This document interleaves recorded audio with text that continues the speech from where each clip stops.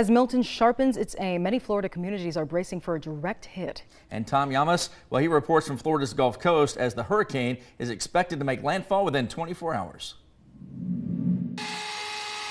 For more than a century, Tampa has avoided a direct hit from a major hurricane.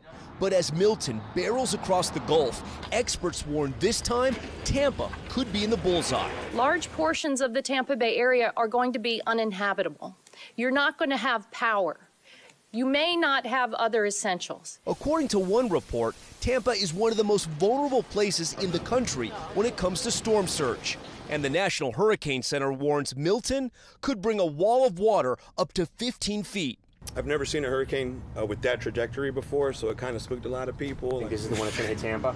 I'd like to say no, but it could be. Congressman Jared Moskowitz used to run Florida's Department of Emergency Management. He says models have shown a Category 5 hurricane hitting Tampa would be the worst disaster the state could possibly face. The Director of Emergency Management and the National Hurricane Center is talking what's the worst case scenario for Florida. It is that. It is the black swan of a Category 5 storm coming into Tampa. Researchers say the underwater depth off the coast and the funnel shape of the bay mean the right powerful storm could trap an enormous buildup of water.